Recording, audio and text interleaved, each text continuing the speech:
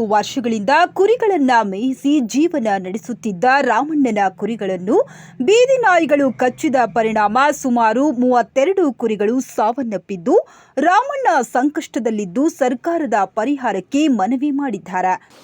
ಸಾಯಂಕಾಲ ಕುರಿ ಎಲ್ಲ ಊಟ ಮಾಡೋವರೆಗೂ ಏನಿಲ್ಲ, 8 ಗಂಟೆವರೆಗೂ ಇದ್ರೆ ಆಮೇಲೆ ಮಲಗಿಬಿಟ್ರೆ ದೊಡ್ಡಿನಲ್ಲಿ ಹೋಗಿ ನಾಯಿಲೆಲ್ಲ ಕಕ್ಕಿ ಎಲ್ಲ ತಿಂದ್ಬಿಟ್ಟು 40 ಕುರಿ ಹೋಗ್ಬಿಟ್ಟವೆ.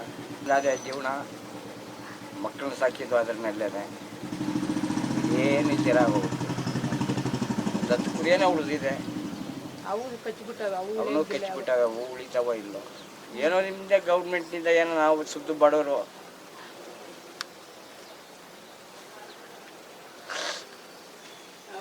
ಬಿಟ್ಟರೆ ಇನ್ನೇನಿಲ್ಲ ಸರ್. ನಮ್ಗೆ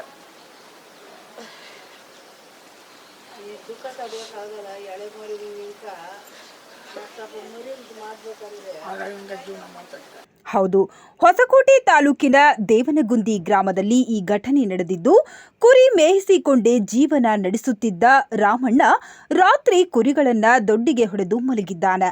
ರಾತ್ರಿ ಸುಮಾರು 12 ಗಂಟೆಯಲ್ಲಿ ಬೀದಿ ನಾಯಿಗಳು ಕಿಟಕಿಯಿಂದ ಹೊಳನುಗ್ಗಿ ಸುಮಾರು 32 ಕುರಿಗಳನ್ನ ಕಚ್ಚಿ ಸಾಯಿಸಿದರೆ, ಹಲವಾರು ಕುರಿಗಳಿಗೆ ಕಚ್ಚಿ ಗಾಯಗಳನ್ನ ಮಾಡಿ ಓಡಿ ಹೋಗಿವೆ. ಆದರೆ ರಾಮಣ್ಣ ತುಂಬಾ ನಷ್ಟಕ್ಕೆ ಒಳಗಾಗಿದ್ದು ಸಂಬಂಧಪಟ್ಟ ಅಧಿಕಾರಿಗಳ ಗಮನಕ್ಕೆ ತಂದಿದ್ದಾನೆ. ಸರ್ಕಾರ ಕೂಡ ಇತ್ತ ಕಡೆ ಗಮನ ಹರಿಸಿ ರಾಮಣ್ಣನಿಗೆ ಪರಿಹಾರ ನೀಡಬೇಕೆಂದು ಗ್ರಾಮಸ್ಥರು ಮನವಿ ಮಾಡಿದ್ದಾರೆ.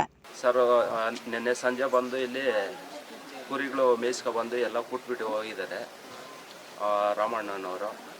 ಅವರು ಕೂಟ್ಬಿಟ್ಟು ಮನೆಗೆ ಊಟ ತಿಂದ್ಬಿಟ್ಟು ಬರೋಕ್ಕಂತ ಹೋಗಿದ್ದಾರೆ. ಹೋದ್ಮೇಲೆ ಬಂದು ನಾಯಿಗಳು ಒಳಗಡೆ ದೂರಿ ಕ್ಲೀನಾಗಿ ಒಂದು 40 ಕುರಿ 43 ಕುರಿವರೆಗೂ ಚೆಂದಾಗಿ ತಿಂದು ಕಚ್ಚಿ ಇದು ಮಾಡಿ, ಆಮೇಲೆ ಒಂದು 10 ಕುರಿನೇನೋ ಉಳಿದಿದೆ. ಅದರಲ್ಲೂ ಒಂದು 5-6 ಕುರಿಗೆ ಕಚ್ಚಿ ಇದು ಮಾಡಿ ಇದಾಗಿದೆ. ಅದಕ್ಕೆ ಸರ್ಕಾರದಿಂದ ಏನಾನ ಅವರಿಗೆ ಪರಿಹಾರ ಕೊಡಬೇಕು.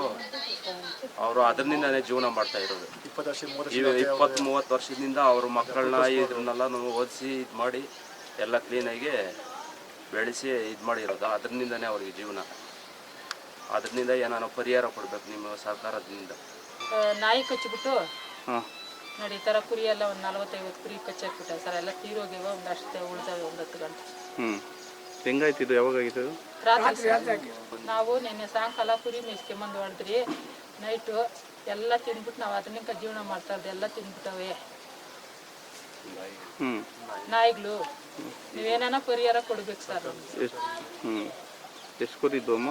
ಎಲ್ಲ ಒಂದು 60-70 ಕುರಿ ಇದ್ದು ಸರ್. 40 ಸತ್ತೋಗಿದ್ದಾವೆ. ಸತ್ತಾಗಿವೆ ಸರ್. ಎಲ್ಲ ಸಾಕಿ ಹೋಗೋದಕ್ಕೆ ನೋಡಿ ಸರ್, ಈ ಕಿಟಕಿನಲ್ಲಿ ದೂರ ಹೋಗಿರೋದು.